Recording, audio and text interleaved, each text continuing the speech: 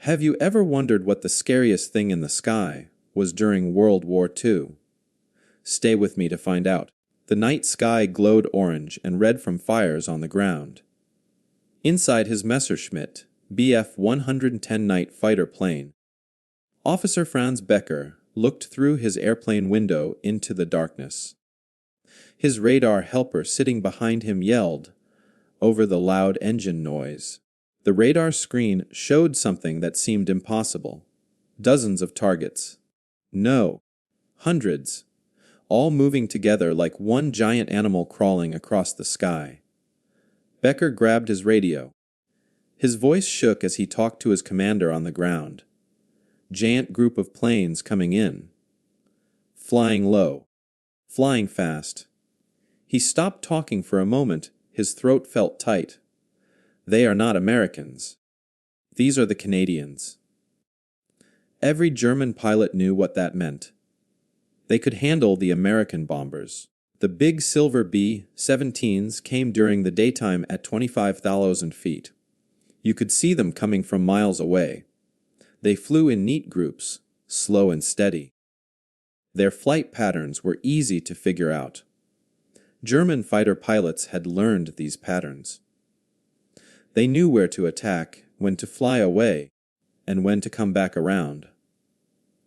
Against the Americans, 7 out of every 100 German pilots who flew into battle did not come back. Those were bad odds, but pilots could live with them. But the Canadians were different. The Canadians owned the night. They flew Lancaster Mark 10 bombers that Canadian factories built with different engines. Stronger engines. These planes carried 22,000 pounds of bombs. That was almost 3 times what a B-17 could carry. The Lancasters flew at 18,000 feet, lower than the Americans, and they flew at 275 miles per hour.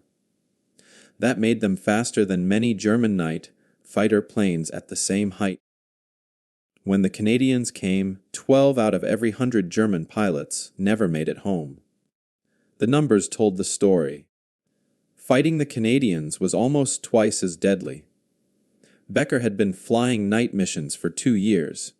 He had shot down 11 Allied bombers. 8 were British. 2 were American B-24s that got lost and wandered into his area. 1 was a Canadian Lancaster. He remembered that night in January. The Lancaster had been damaged and was flying alone, separated from its group. Even hurt. It had taken him 3 attack runs to bring it down. The rear gunner kept firing until the plane hit the ground. Becker had nightmares about it. He never wanted to face a healthy Lancaster with a full crew again.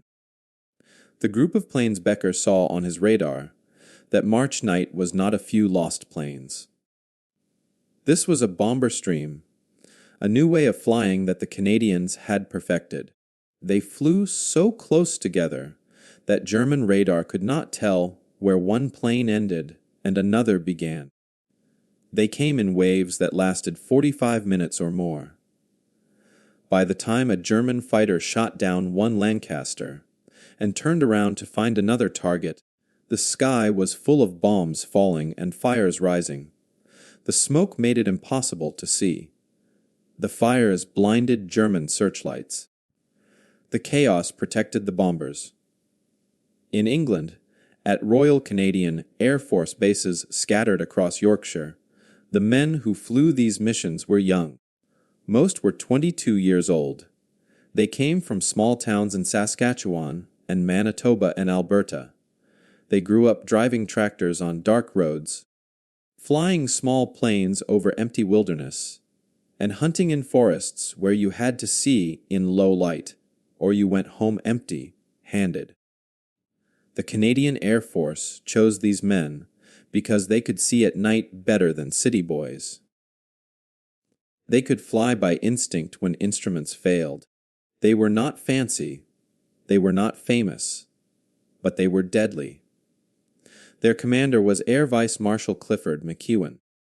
Everyone called him Black Mike because of his dark hair and his dark moods. He did not smile much. He did not care about making friends with British generals. McEwen had one job: destroy German factories and cities so completely that Germany could not keep fighting. British commanders thought he was too rough, too willing to risk his men. They whispered that Canadians were brave but reckless. They gave the Canadians the hardest missions, the ones nobody else wanted, thinking maybe the colonials would fail and learn some respect. McEwen did not fail. He studied the numbers. American bombers flew high because they thought being up high meant safety. But German fighters just climbed higher. American bombs fell from so far up that wind scattered them across miles. Half missed their targets. British bombers flew at night but spread out, each crew finding their own way to the target. German night fighters picked them off one by one, like wolves hunting scattered sheep. McEwen saw a different path. The Lancaster Mark 10 used Packard Merlin engines built in Canada. These engines were slightly different from British versions. They could lift 4,000 pounds more weight while flying just as fast. That meant his bombers could carry more bombs than anyone else. More bombs meant more damage. More damage meant fewer missions needed. Fewer missions meant more crews survived. But the bigger idea was the bomber stream. Instead of spreading out, McEwen wanted his Lancasters to fly close together in one long line. They would overwhelm German defenses by arriving all at once. German radar would see a solid wall. German searchlights would not know which plane to follow. German fighters would dive into a sky full of bombers and gunners. Every direction would have danger. British commanders said it would never work. Too many planes too close together meant crashes.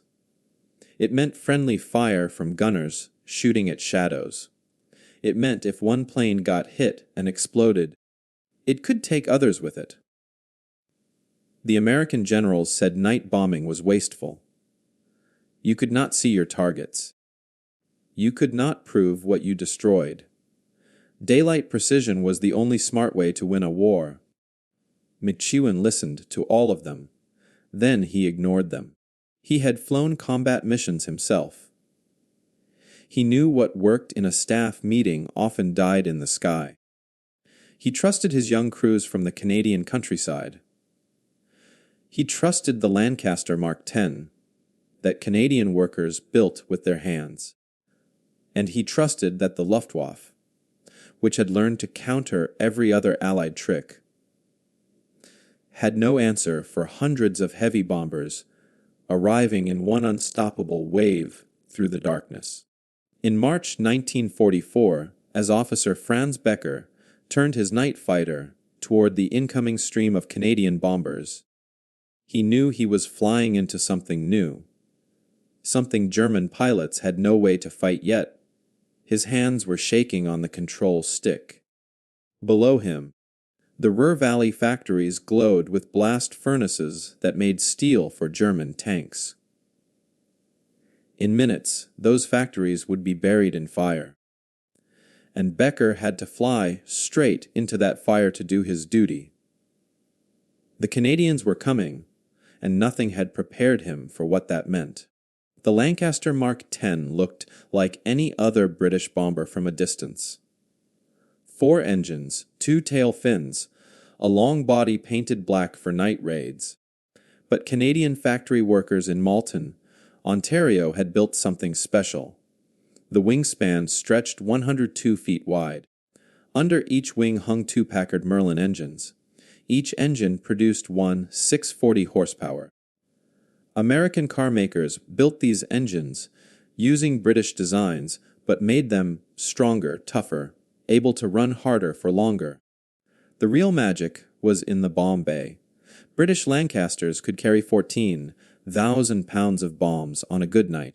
The Canadian version could carry 22,000 pounds. That extra weight came from better engines and careful engineering. Every pound mattered. More bombs meant more destruction. More destruction meant winning faster. A single Lancaster Mark 10 could carry what 3 American B-17 bombers carried together. The B-17 topped out at 8,000 pounds and needed 3 crews, 3 planes, and 3 times the fuel to match what one Canadian Lancaster delivered. Speed mattered too. At 18,000 feet, a fully loaded Lancaster Mark 10 cruised at 275 miles per hour. German Messerschmitt BF-110 night fighters flew about the same speed at that height, maybe a bit slower when climbing. This meant German pilots could not easily catch Lancasters from behind. They had to attack from the side or below, positions where the Lancaster's gunners had clear shots. The bomber also had range. With a full bomb load, it could fly to 530 miles. That meant taking off from England, flying deep into Germany to Berlin or Munich, dropping tons of explosives, and flying home. Few bombers in the world could do that. In June 1943, McEwen prepared his first major test. The target was Cologne, a city on the Rhine River full of factories and rail yards. He gathered 97 Lancaster Mark 10s from 6 different Canadian squadrons. The crews had trained for months on flying in formation at night. They practiced staying close together without crashing. They learned to trust their instruments when they could not see the plane flying 50 feet away through clouds and darkness. The night of the raid, the weather was terrible. Thick clouds covered Germany. Rain pounded the windshields. British commanders suggested calling it off. McEwen refused.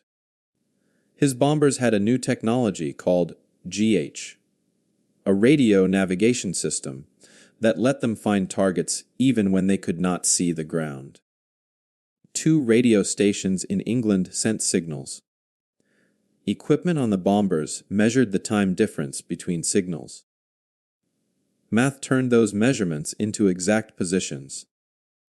Crews could bomb through clouds and hit targets they never saw with their eyes. The 97 Lancasters flew in a stream 45 miles long.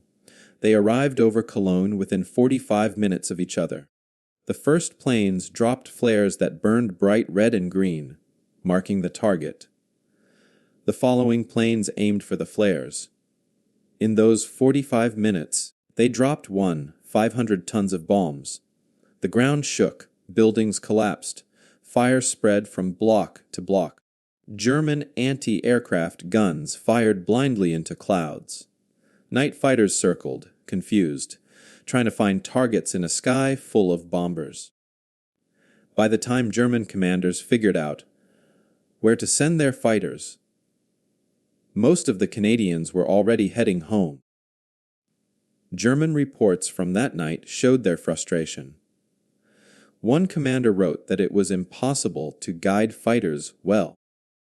Targets were everywhere at once. Another wrote that by the time a fighter reached one bomber, 10 more had already dropped their loads. The old way of hunting scattered bombers one by one did not work against a group flying together. But success brought doubt from unexpected places.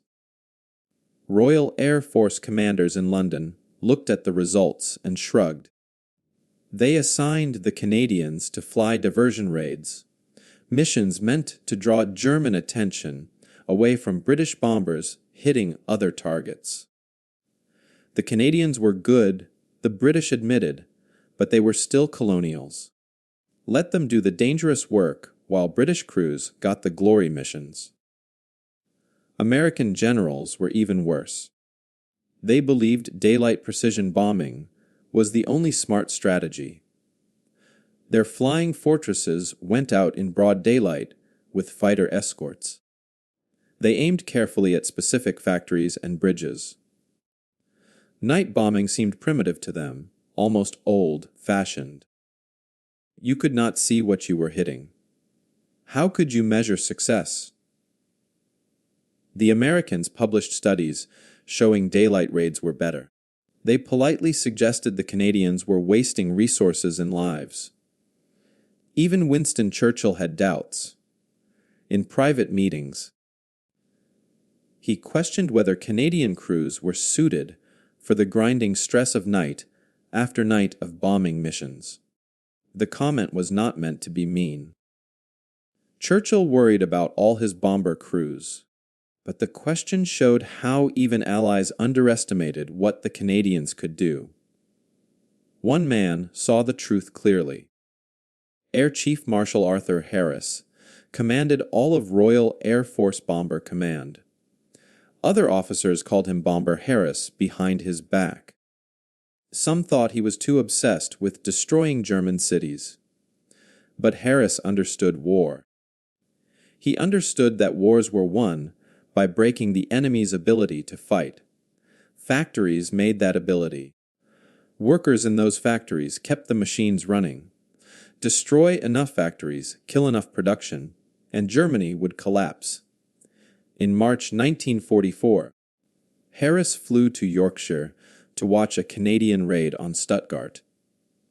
He stood in the control room as radio reports came back. The Canadians had hit their target perfectly. Fires burned across 15 square miles. German industrial output from Stuttgart dropped by 60% overnight. Harris made his decision that night. He assigned the Canadians to lead Operation Hurricane, the largest bombing campaign the war had seen so far. If anyone could break Germany's war machine, it was these rough young men from the Canadian wilderness. The proof came in September 1944 at Bochum. This city in the Ruhr Valley made steel and coal, the foundation of German tank production. McEwen sent 371 Lancaster Mark 10s. They flew in a bomber stream that stretched across the night sky like a river of metal and fire. The raid lasted 52 minutes.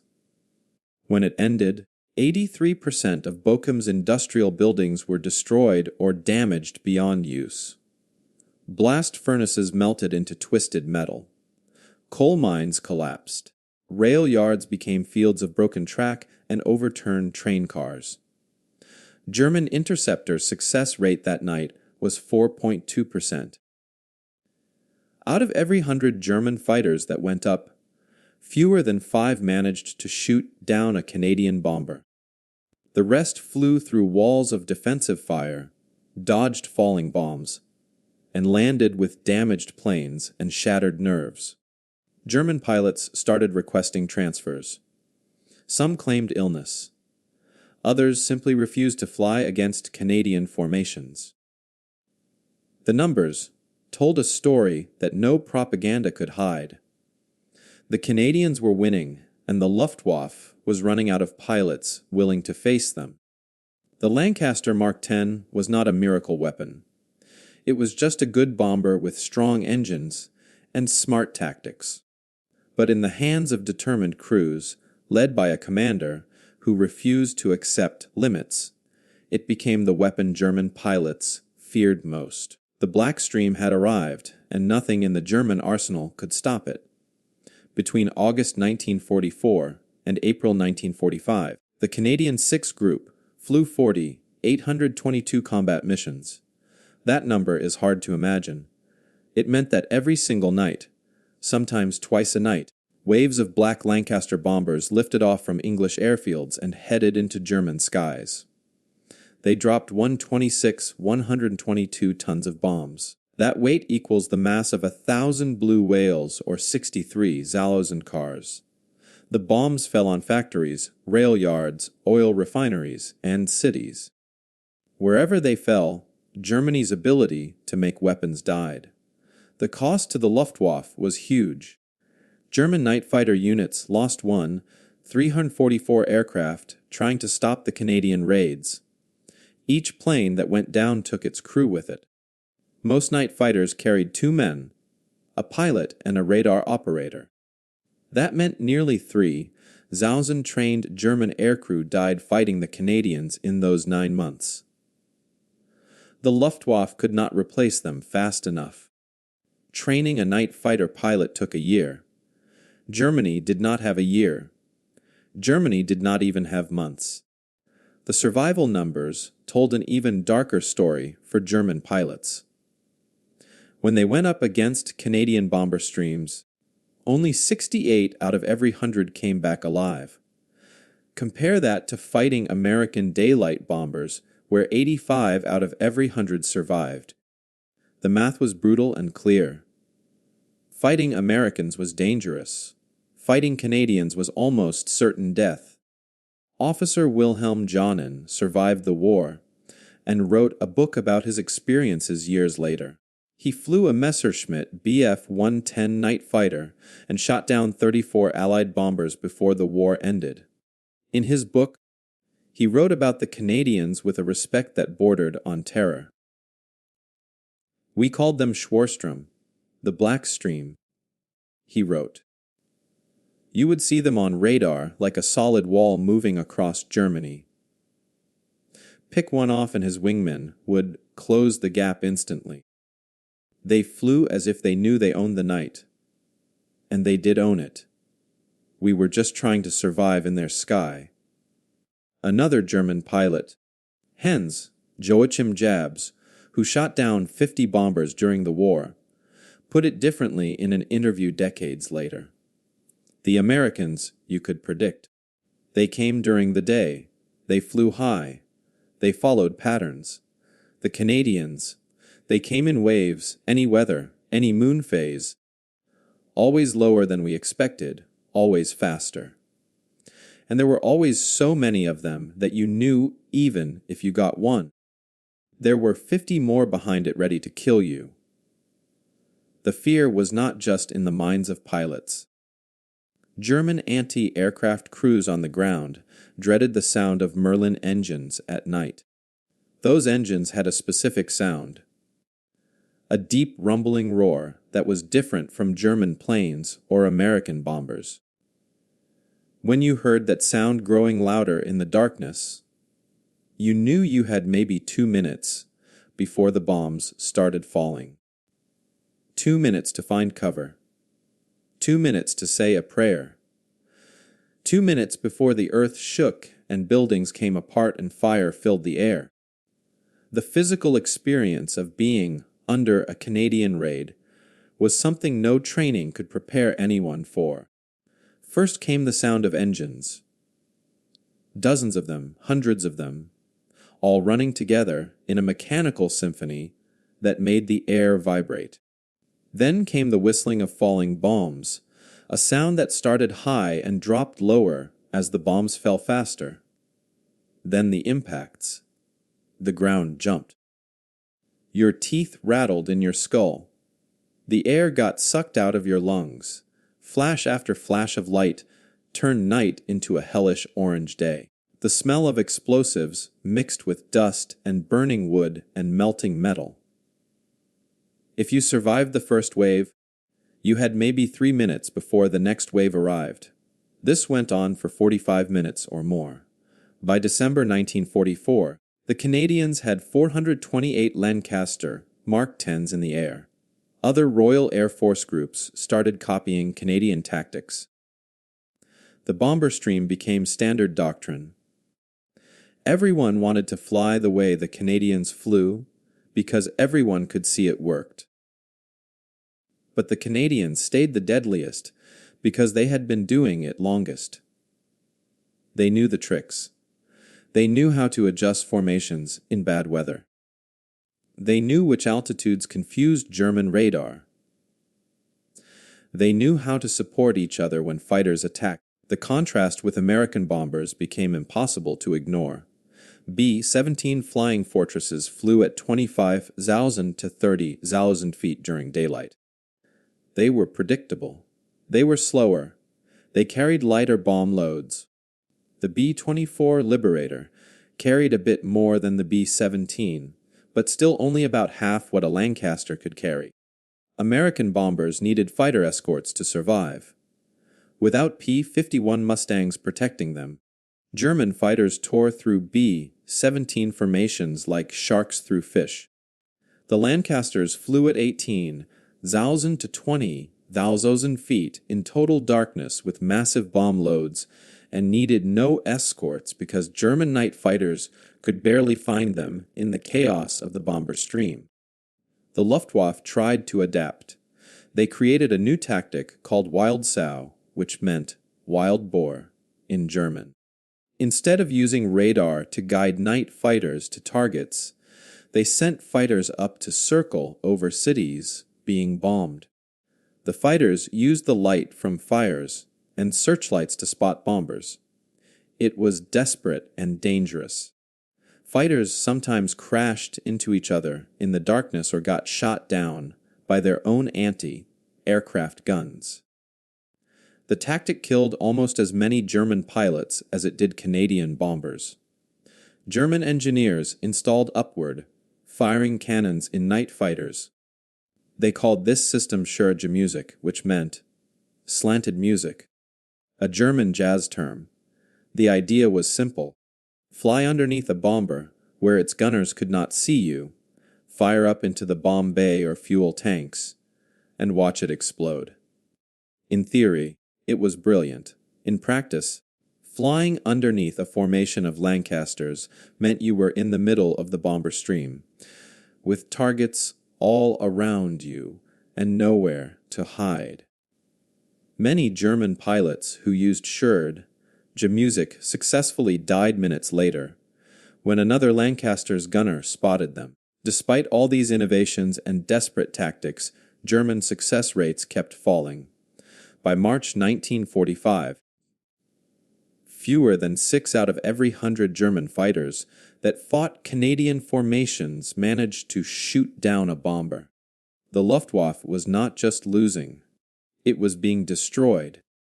The bombing had consequences nobody expected.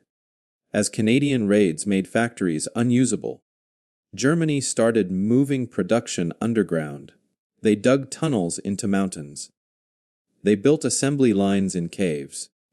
Slave laborers worked in the darkness, putting together jet engines and rockets. But moving underground meant production slowed down.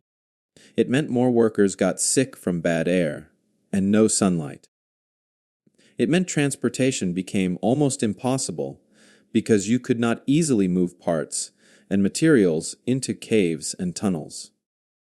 The Canadian bombing achieved what American daylight raids could not. It did not just destroy factories. It disrupted the entire system that kept German war production running. The numbers showed the impact clearly. In the final year of the war, 26% of all the bombs dropped by Royal Air Force Bomber Command came from 6th Group. The Canadians were only 1/8 of the total bomber force, but they dropped more than 1/4 of the bombs. They flew more missions. They hit harder. They came back and did it again the next night, and the night after that. German civilians started calling Canadian bombing raids Terrorangriff, terror attacks. The name was propaganda, but it revealed real fear. When the Canadians came, you could not predict what would survive. Entire neighborhoods disappeared in flames. Water mains burst. Gas lines exploded. Hospitals collapsed. The raids broke something in the German population's will. They stopped believing their government's promises that Germany would win. They stopped believing the Luftwaffe could protect them. They just tried to survive one more night. The black stream kept coming, night after night, month after month, until there was almost nothing left to bomb. When the war ended in May 1945, the Canadian 6th Group had flown more than 40,000 combat sorties. 14 Lancaster Mark 10s had been shot down or crashed. Each plane carried 7 crew members. That meant nearly 6,000 young Canadians died in the night skies over Germany. But those numbers told only part of the story. The casualty rate for 6th Group was 9.8%. That meant fewer than 10 out of every 100 missions ended with a lost aircraft. Compare that to the overall Royal Air Force Bomber Command average of 12.3%. The Canadians, who flew the most dangerous missions against the most heavily defended targets, had a better survival rate than everyone else. Their tactics worked. Their training worked. Their courage worked. Air Vice Marshal Clifford, McEwen survived the war, but never spoke much about it afterward. He retired from the Air Force in 1946 and moved to a quiet farm in Ontario. When reporters asked him about his leadership, he always said the same thing. "I just told them where to go. They did the hard part." He refused to take credit for the bomber stream tactics that changed how air warfare worked. He died in 1967 at age 61. Few people outside military circles knew his name. There were no statues built, no movies made about him. He was just another officer who did his job and went home. But his ideas lived on in ways he never saw. When the Cold War started in America and the Soviet Union built massive bomber forces with nuclear weapons, they studied what worked in World War II. The concentrated formation tactics that McEwen perfected became the foundation of strategic air command doctrine. The idea was simple and brutal. If you ever had to bomb someone, send everything at once in one overwhelming wave. Do not spread out. Do not trickle in a few planes at a time. Hit hard. Hit fast.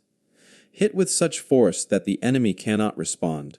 That was pure McEwen strategy adapted for the atomic age. The Lancaster Mark 10 itself became the ancestor of new aircraft.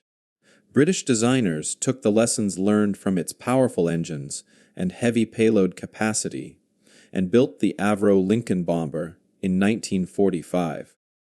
When that became outdated, they built the Avro Shackleton for submarine hunting and patrol missions. These planes served into the 1990s, almost 50 years after the last Lancaster flew a combat mission. The DNA of that Canadian-built bomber lived on in aircraft that protected NATO from Soviet submarines throughout the Cold War. Despite all this effectiveness and influence, the Canadians got little recognition. After the war, American history books focused on the 8th Air Force and its daylight raids.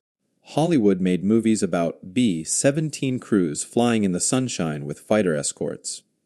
The Memphis Belle became famous. The Enola Gay, which dropped the atomic bomb, was a B-29, but it came from that same American tradition of daylight precision bombing. Canadian contribution got mentioned in a paragraph, maybe two, then forgotten. British histories did the same thing. Bomber Command as a whole was controversial. Many British people felt uncomfortable about the destruction of German cities. It was easier to focus on fighter pilots defending Britain during the Battle of Britain than to talk about bombers burning Hamburg and Dresden. The Canadians went home to small towns and farms. They got jobs. They raised families. They did not talk much about what they had done. Post-war Canada did not want to hear war stories. People wanted to move forward, build new lives, and forget the darkness. So the stories stayed locked inside the men who flew the missions. Their children and grandchildren grew up not knowing that their quiet fathers and grandfathers had flown into Hell Night after night and somehow survived. The truth started coming out slowly in the 1980s. German veterans began publishing memoirs and giving interviews. They were old men by then, in their 60s and 70s, looking back on their youth. Many had carried guilt and shame for fighting for Nazi Germany. But when they talked about the Canadians, they spoke differently. They spoke with a kind of respect, even admiration, for an enemy who had beaten them fairly through better tactics and greater courage.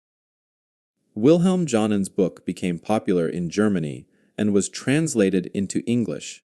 Hans Joachim Jabs gave interviews where he admitted that Canadian bombers terrified him more than any other aircraft he faced. These admissions from former enemies helped people understand what the Canadians had actually accomplished. The story raises uncomfortable questions that still matter today. Was the bombing of German cities justified? The Canadians dropped 126,000 tons of bombs. Those bombs killed German factory workers. They killed their families. They killed children in schools and old people in hospitals. The moral weight of that destruction cannot be ignored. The Canadians were following orders. They were trying to end a war started by a regime that murdered millions. But does that make the bombing right? History has not settled that question. Perhaps it never will. What we can say is that the Canadians did their job with devastating efficiency. They shortened the war. They saved lives by ending the fighting sooner. But they also took lives in numbers that are hard to understand. Modern warfare still uses the principles McEwen and his crews proved. When America bombed Iraq in 1991 during the Gulf War, they used overwhelming concentrated force delivered in waves. When NATO bombed Serbia in 1999, they followed the same patterns, hit everything at once. Overwhelmed defenses make resistance impossible. The technology changed from heavy bombers to cruise missiles and stealth fighters, but the strategy remained the same. This is the long shadow cast by those young Canadians flying Lancasters through the darkness over Germany. At a Luftwaffe veterans reunion in the 1970s, someone recorded a conversation among former night fighter pilots. They were drinking beer and telling old war stories. One pilot said something that captured the unique terror of facing the Canadians. We always knew when the Canadians were coming. The radar looked like a moving mountain range, a solid wall of metal. And we knew most of us would not come back. You could fight Americans and have a chance. You could fight British bombers and have a chance. But the Canadians, they were different. They came in such numbers, with such determination, that trying to stop them was like trying to stop a storm with your bare hands. The Lancaster Mark 10 was not a revolutionary aircraft. It was not faster than jets. It was not more advanced than other bombers. It used technology and ideas that already existed. But it was flown by people who refused to accept that they could not win. That made all the difference. The Canadians took an existing bomber, improved it slightly, and then flew it with such tactical brilliance and raw courage that it became the most feared weapon in the night sky. Sometimes the most dangerous weapon is not the newest invention or the most expensive technology. Sometimes it is just a good tool used by determined people who will not quit. The Canadians proved that in the dark skies over Germany. They proved it night after night for 2 years. They proved it with 814 aircraft lost and 6,000 lives given. They proved it so completely that 70 years later, German veterans still remembered them with fear and respect. The Black Stream flew into history and changed how wars are fought. If you found this story interesting, please like and subscribe for more amazing historical stories.